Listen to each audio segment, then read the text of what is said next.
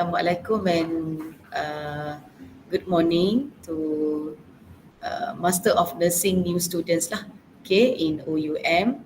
So today we are very delighted to welcome you to OUM as our new postgraduate students, okay. So on behalf of the faculty, let me introduce myself lah. I'm Raziana. Actually, I'm the Dean of the faculty. Okay, so let us look at this program. Master of Nursing actually already, I think more than 10 years, has received accreditation by MQA, and we have also graduated more than 100 students for Master of Nursing. And if you can see, okay, so kita tengok dulu entry requirements lah. So I will mix lah the language, kita boleh mix lah English and PM version so that maybe ada orang lebih senang faham.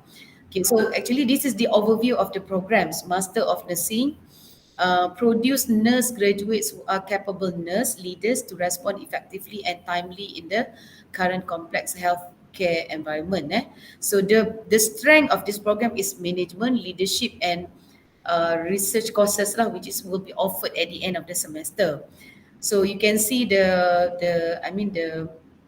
objective to assist learner or graduate to develop professional and respond effectively, to produce graduates who are prepared to function as knowledge nurse leaders, able to make appropriate decision and able to communicate with colleagues and interprofessional health team members lah, sama ada in hospital ataupun in any healthcare institutions. And then to apply knowledge to intervene and initiate change at the workplace for better patient outcomes and effective utilization of scarce resources.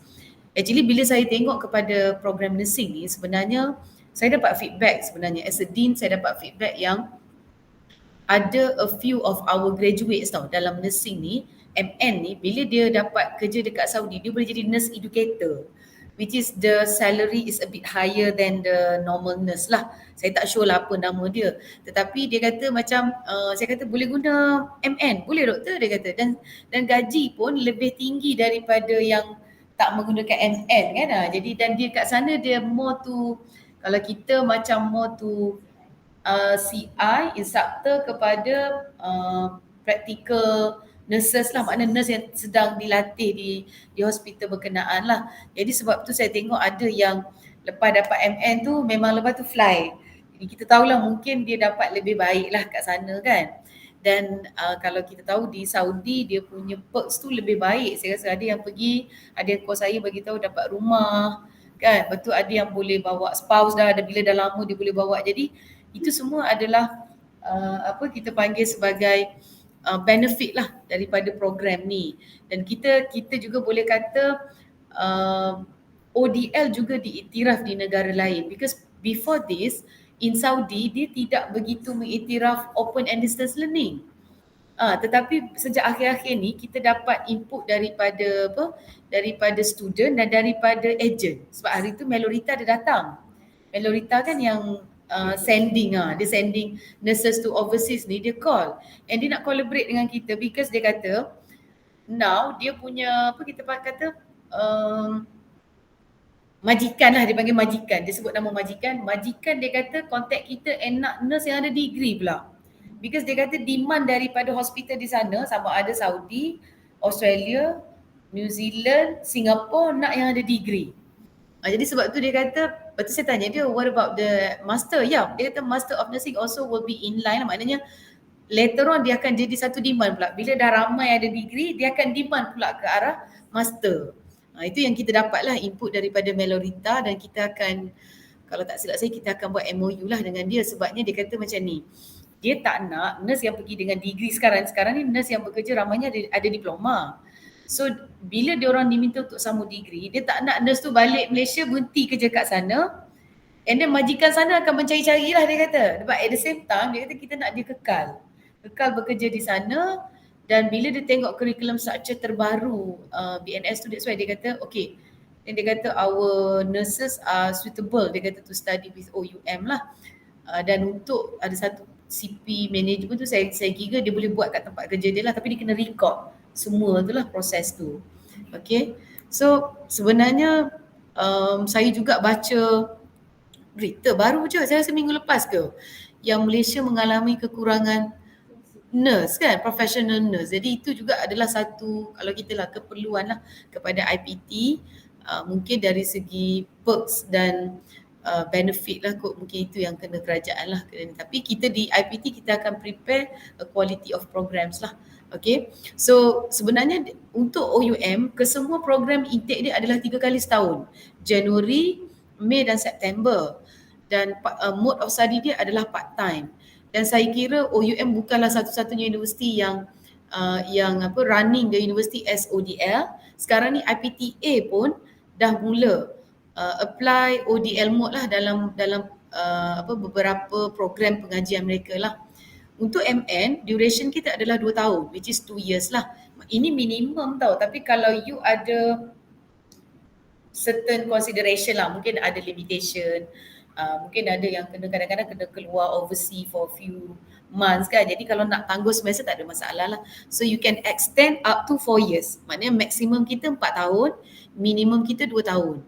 Dalam tempoh tu you boleh register subjek you lah. Kita galakkan, we are encouraging our student to actively register lah by each semester, so that by at the end of the 6 semester tu you boleh graduate. Tapi kalau you ada limitation lain, ada hurdles lain, you boleh extend, tak ada masalah lah, up to 4 years. And of course we have received the recognition by MQA lah, A10238. This is our number of accreditation. You boleh check dekat MQR jugalah. Okay. Ini adalah normal entry lah, saya kira yang mana yang register today ataupun yang ada dah register dengan kita sebenarnya dah fulfill the entry requirements for nursing lah. So of course you need to have Bachelor in Nursing, CGPA 2.5, and then registered with Board of Nursing, LJM lah, and ada APC yang aktif lah, latest APC, and have 3 years working experience. This is at least 3 years.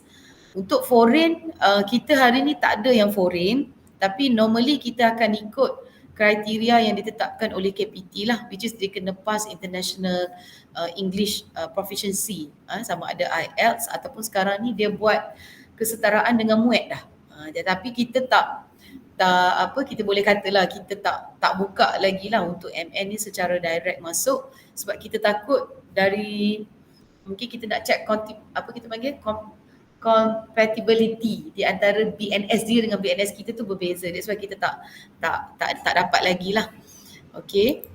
And ini Apple lah. Kalau Apple ni, okay, MN di OUM ni dia dah dapat satu kelebihan lah, which is menggunakan Apple A.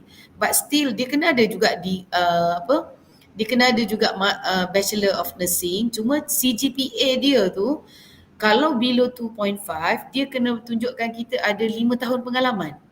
Sebab ada setengah universiti yang mungkin masa you all buat bachelor dulu, contohnya dengan MASA, dia buat kerjasama dengan Northumbria tak silap saya, ada yang dia bagi bukan dalam bentuk CGPA. Dia bagi dalam bentuk grade exam kan. Jadi kami kena recalculate and kami matchingkan balik dengan grade kita di OUM. Akhirnya kita dapat CGPA dia bawah 2.5. Tapi kita tak salahkan student tu lah, sebab sistem pemarkahan dia berbeza. So bila kita dapat 2.5, bawah 2.5, tak salah ada seorang student tu 2.38. So apa kita buat, kita minta you ada experience tak? So then bila dia kata dia ada lebih dari 5 tahun experience, dan kita kira maknanya dia qualify lah. So itu untuk kemasukan secara FLA. Tapi proses dia memang didokumentkan lah oleh unit apel. Okay, ini program structure kita lah, ada 40 credits. And ada 6 semester, 6 semester which is 3 tahun, 2 tahun lah. Sebenarnya setiap satu tahun ni dia tak, bagi saya lah dia tak lama tau. You akan rasa sekejap dah buat projek dah. So maknanya ni my tips lah, it's not only for nursing but for all postgraduate students ataupun yang program ODL ni, you kena ada group, you kena ada colleague tau yang study sama dengan you, yang you boleh keep in touch, so that everybody is reminding each other, so that kita senang lah kalau macam assignment you dah buat belum? Okay, let's discuss kan. So you boleh gunakan teknik tu lah. Sebab kalau saya tengok ada a few student yang jenis lone ranger ni, bila ada problem dia memang hilang terus tau. So sayang kadang-kadang dah 2-3 semester dia bayar yuran. Lepas tu bila dia rasa macam tak ada orang dia nak share. So macam Widya kan, mungkin Widya kalau nanti bila dah masuk kelas, you akan kenal kawan you dalam satu kelas tu. So you start ni lah start so that bila buat group study tu dia saling keep up to each other lah. Kalau tidak you akan rasa ni tau, macam rasa lone ranger. Lepas tu kalau you tak boleh tak siap assignment dia, you macam okay lah nak withdraw lah. So rugi. Ada beberapa student tu dia dah buat 3 sem, dia keluar. Lepas tu bila dia dah rasa macam kenapa saya tak habiskan, dia call saya balik, doktor boleh sambung tak? Saya kata masalahnya nanti withdraw. You withdraw ke? Betul lah withdraw. Dia bukan defer tau. Defer ni kita tangguh semester. Withdraw ni berhenti. Jadi saya kata you kena repeat balik tapi yuran tu dikira balik lah. Jadi rugi. Itu saya kata lain kali jangan withdraw. You defer dulu. Kalau you ada masalah family ke, masalah tempat kerja, defer dulu. Tapi bila saya tanya dia balik kenapa? Dia kata sebab saya seorang. Dia kata saya tak ada teman. Tak ada macam dia nak tanya orang lain tak boleh. Saya kata sebab tu bila masuk kelas minggu pertama kelas tu ambil peluang untuk kenal kawan dan minta nombor phone. So that you start buat kita kadang-kadang seorang dekat Kota Baru, seorang dekat Alostar kan, tapi kita boleh communicate lah dengan, kan sekarang WhatsApp ada, boleh Google Meet. Saya kata guna peluang tu. Sebab belajar sebenarnya sekejap je. You sambil you kerja, you ada family, memang you akan rasa sekejap je dah masuk tahun 2. Jadi sebab tu saya selalu advise student lah. Dan ini adalah our courses, core courses yang ada dalam program Master of Nursing. Tapi you juga boleh tengok dekat portal. Dekat portal dia lagi detail, dia akan keluarkan mengikut semester. Jadi you tahu semester ni ambil subjek apalah dan seterusnya. So kalau saya tengok kat sini, ada 3 elemen yang menjadi, kalau kita katalah macam lebih kurang sangat penting lah dan di sinilah ramai student MN yang stuck. Jadi sebab tu saya mengambil pendekatan subjek research proposal and research project paper. Nanti kita akan pantau lah kepada student. Kita tak nak student ni bila kita lepas bebas akhirnya dia buat proposal dan rejected. Kita tak nak macam tu lagi. So mulai September ni kita akan bimbing lah. We will handhold the students supaya project dia lulus dan dapat NMRR tu dan seterusnya dia boleh run lah the project yang terus buat report lah. Sebab ada banyak kes dekat proposal tak lepas, so bila nak pergi ke etika pun tak lepas jugalah sebab kadang-kadang dia tak jelas macam mana you nak solvekan this problem, you nak guna method apa. Itu kadang-kadang bila tak jelas, so the panel memang tak akan lepaskan proposal tu. So kadang-kadang ada yang kes kena repeat balik, kena buat dan kena present semula. So nanti kita akan start bantu pelajar lah mulai SEM ni. Sebab saya tengok daripada, sebab sebelum ni dipegang oleh Puan Rosida, sebelum tu Puan Syarmiza and AP Saedah. Tapi mungkin masa pandemik tu Puan Syarmiza dan Puan Ros tak sempat nak cover. Jadi bila saya tengok trend tu baru saya nampak lah ramai student MS sebenarnya dia start dekat research je. Subjek-subjek tu sebab dia tak ada final exam. Jadi dia banyak, mungkin you all banyak assignments, presentations. Jadi benda tu sebenarnya sangat bagi saya lah easy to pass. Dia tak ada masalah kalau subjek ni. Tapi dekat research tu yang kita akan bantu student lah. Okay. Kalau macam Widya kan, mungkin Widya kerja dekat lembaga. So mungkin you tak perlu buat clinical. You tak perlu buat research yang more on clinical sebab you tak dekat hospital dah. Mungkin you buat on quality of programs. You boleh buat quality of academics in nursing kan. You boleh collect data melalui college-college ataupun universiti yang menawarkan program nursing ni. You boleh buat satu, maknanya you cari satu study. Apa yang contohnya LJM tengah contohnya isu tentang apa sekarang ni. Contohnya low quality of, contohlah ni low quality of clinical instructor. Jadikan tu sebagai tajuk you nak buat research nanti. So data you nanti tak perlu pergi ke hospital. Sebab ada kekangan bila somebody yang tak kerja kat hospital dia nak buat clinical research, dia susah tau sebab kita tanya dia macam ni you nak collect data. Oh saya akan contact nurse yang kerja kat situ. Then you are not collecting the data. Tak boleh kata. Ataupun you yang kena minta kebenaran dari KKM pergi ke sana kan. So proses tu dia agak lambat. So saya kata kena tengok juga situasi macam mana you nak run research tu. Kalau you rasa macam susah, you cari tajuk yang masih lagi, kalau kita kata membantulah you punya area. Macam saya dengar yang ada seorang yang baru ni, saya dengar dia dia punya research proposal tak lepas kan. So dia kena repeat. Tapi bila saya tanya panel tu kata dia nak buat dekat hospital. Macam ward neuro, tapi she's not working in the ward, in the hospital. So panel ni rasa susah dia nak buat. So saya kata kat dia, then just buat quality lah, anything yang related dengan nursing programs kan di Malaysia.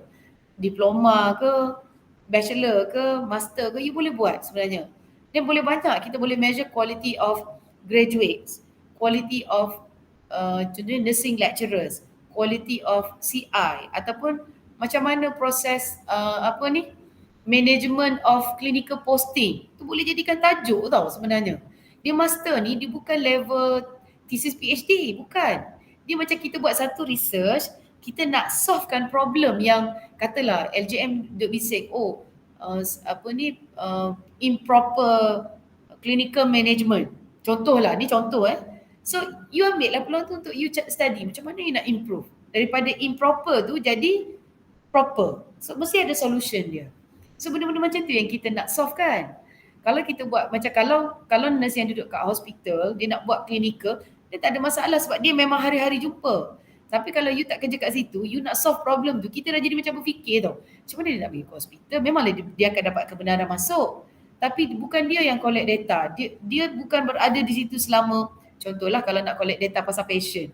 You kena ada daripada, dari awal sehingga akhir. Jadi tu yang kita nak bantu student. Sekarang ni kita nak bantu student untuk buat research yang betul-betul viable dengan you. Yang betul-betul dekat dengan you. Kalau you buat yang nak kena pergi tempat lain, memang kesian lah.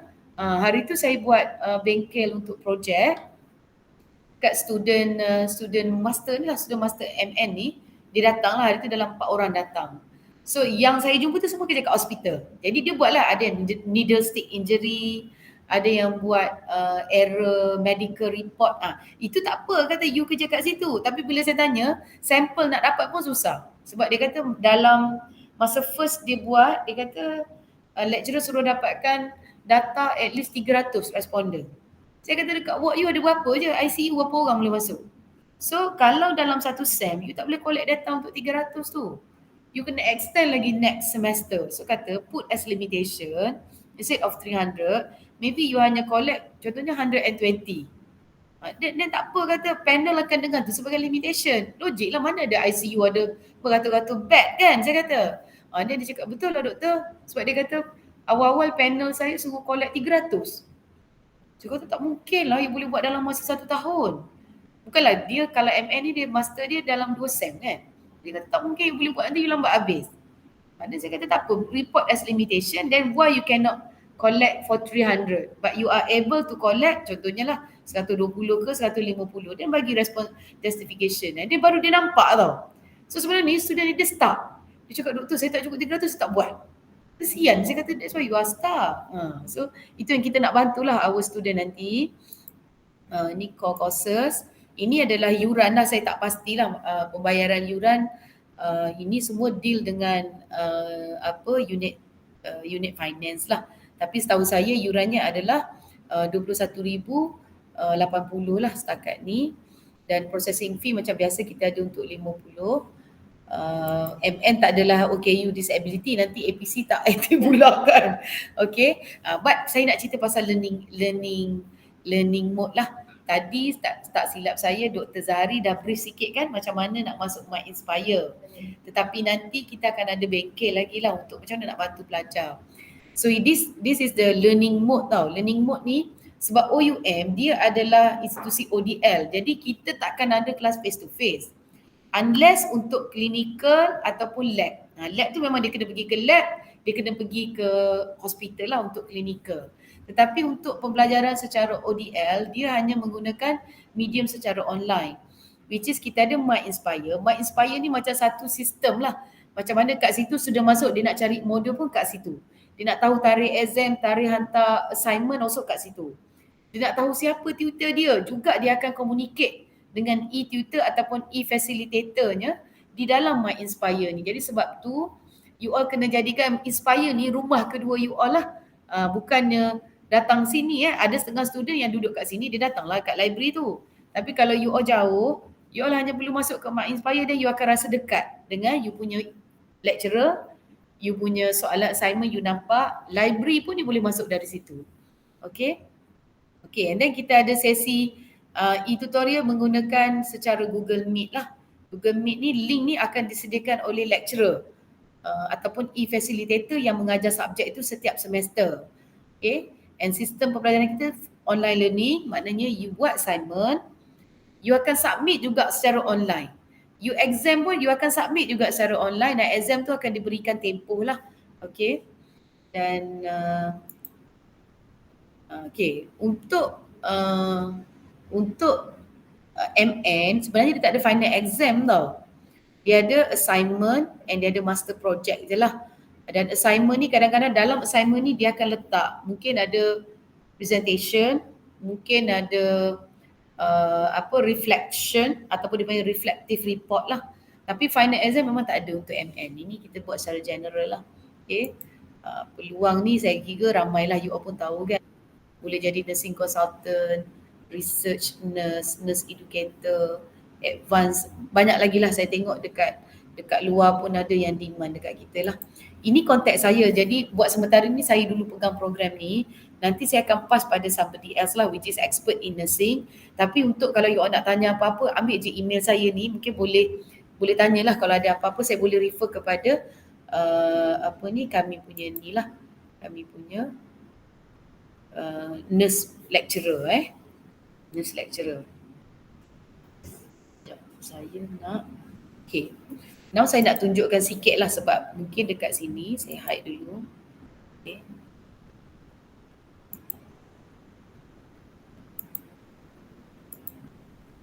Saya nak tunjukkan My Inspire at least sebab sekarang depan saya ni, yang mana yang tengah online, depan saya ni ada Puan Widya, matron.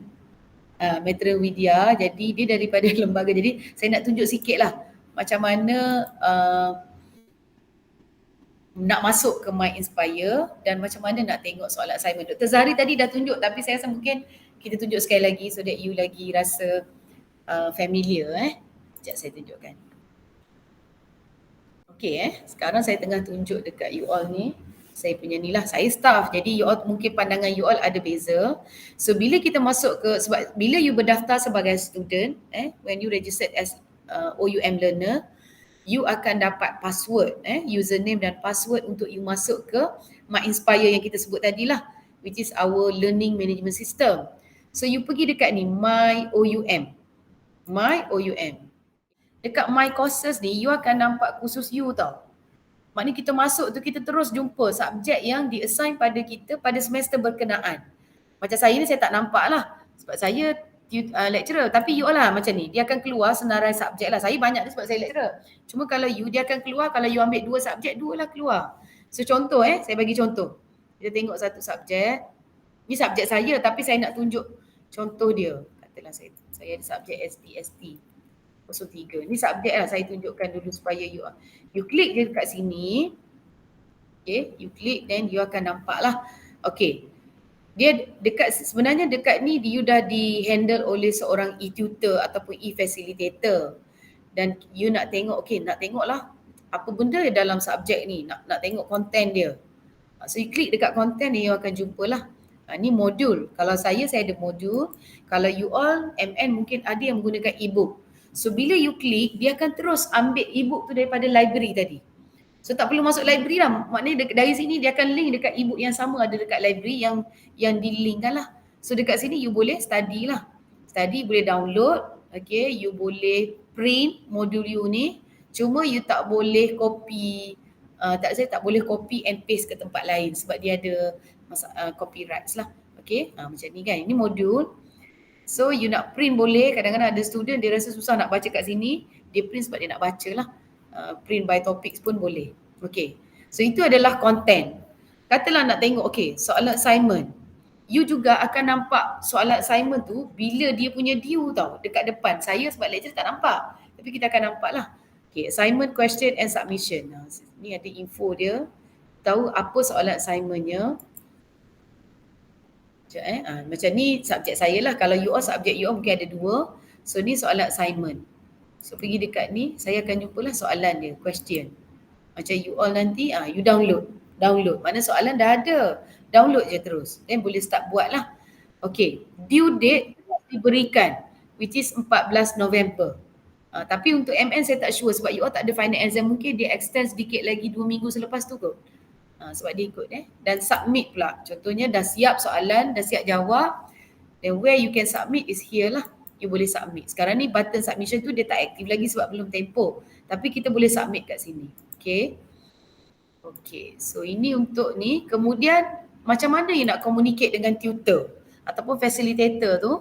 Okay, di sini adalah medium lah untuk you discuss dengan your e-tutors. This is a message from e-tutor. Macam saya adalah bagi message dekat student kan. Saya introduce myself dulu, introduce sedikit pasal program ni dan saya minta student untuk introduce themselves jugalah. Okay, kalau you pun samalah, maknanya kalau e-facilitator kata okay, please introduce yourself, then you jawablah kat dia. Nanti dia akan rasa seorang-seorang pula tak ada student kan. Padahal you all register under dia. Okay. Okay, then this is introduction. Ni nak discuss pasal assignment boleh.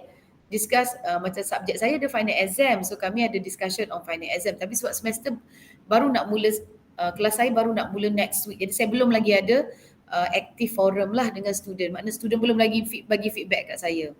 So this is the discussion lah yang you boleh masukkan lah. Ni kan e-facilitator akan, dia akan post lah anything yang dia rasa good to share with the students and good to us.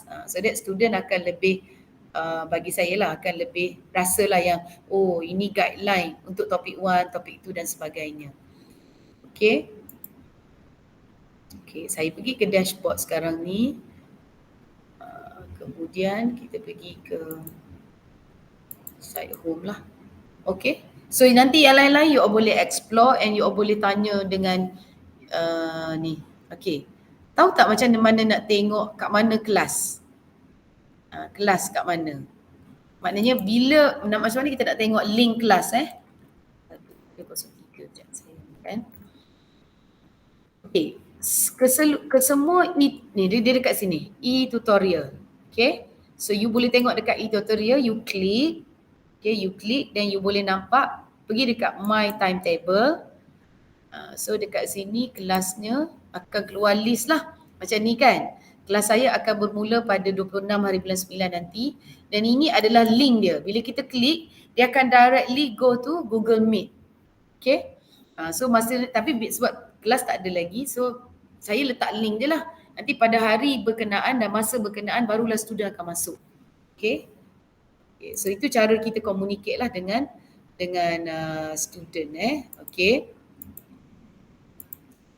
Okay, kemudian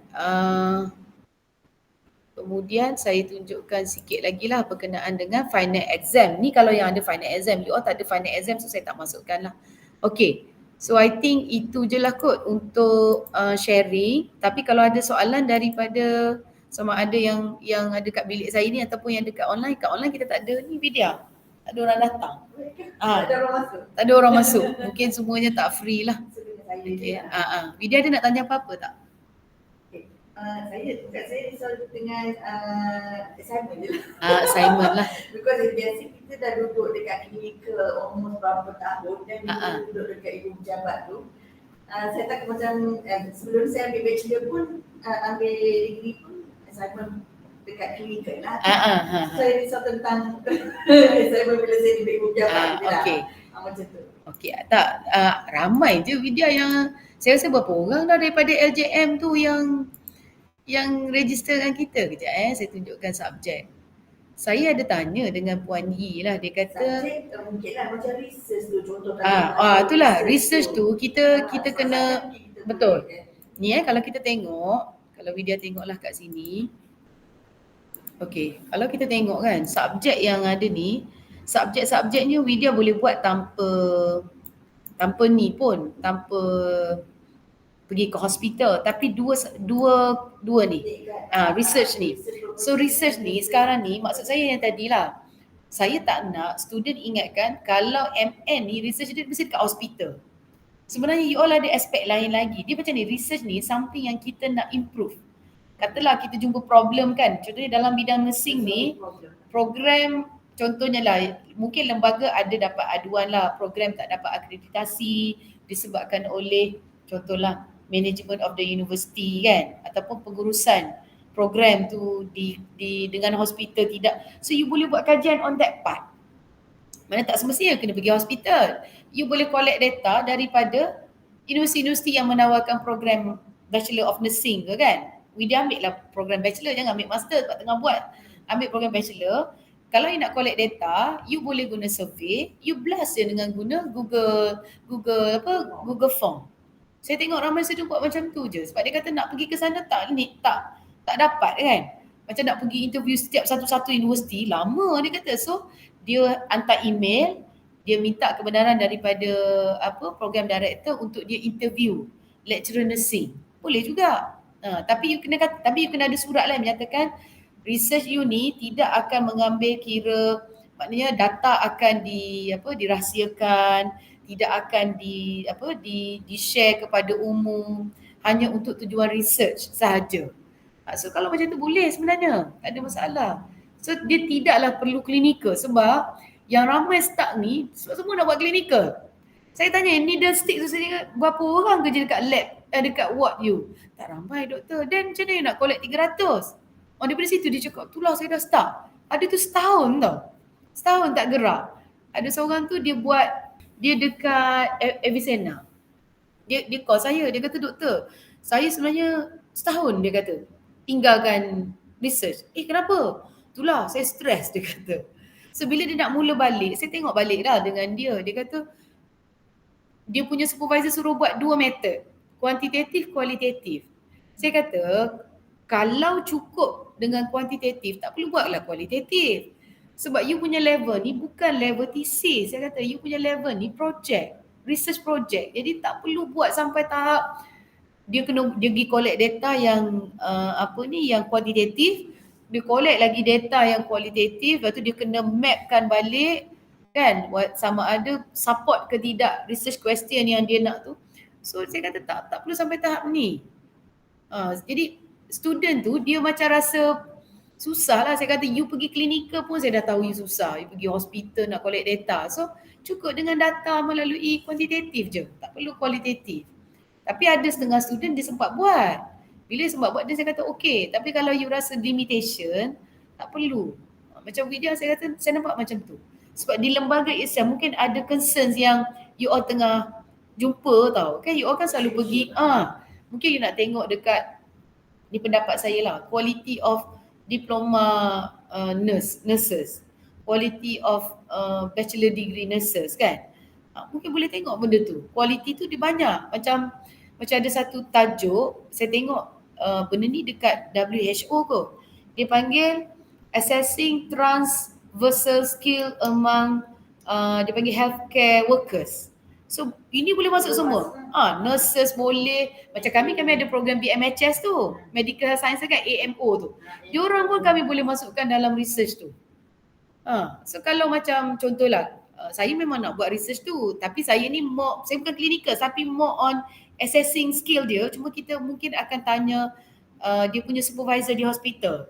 So saya nak suruh lah saya punya nurses, lecturer nursing ni lead. So kalau contohnya tajuk Widya, besok nak buat research, you boleh jadi kami punya researcher. Dan you boleh keluarkan ni sebagai research report you. That's why saya kata sebenarnya kalau you close dengan, macam you communicate lah dengan akademik di faculty, kita boleh bantu macam mana nak bantu you punya research tu. So benda ni akan cepat siap sebenarnya.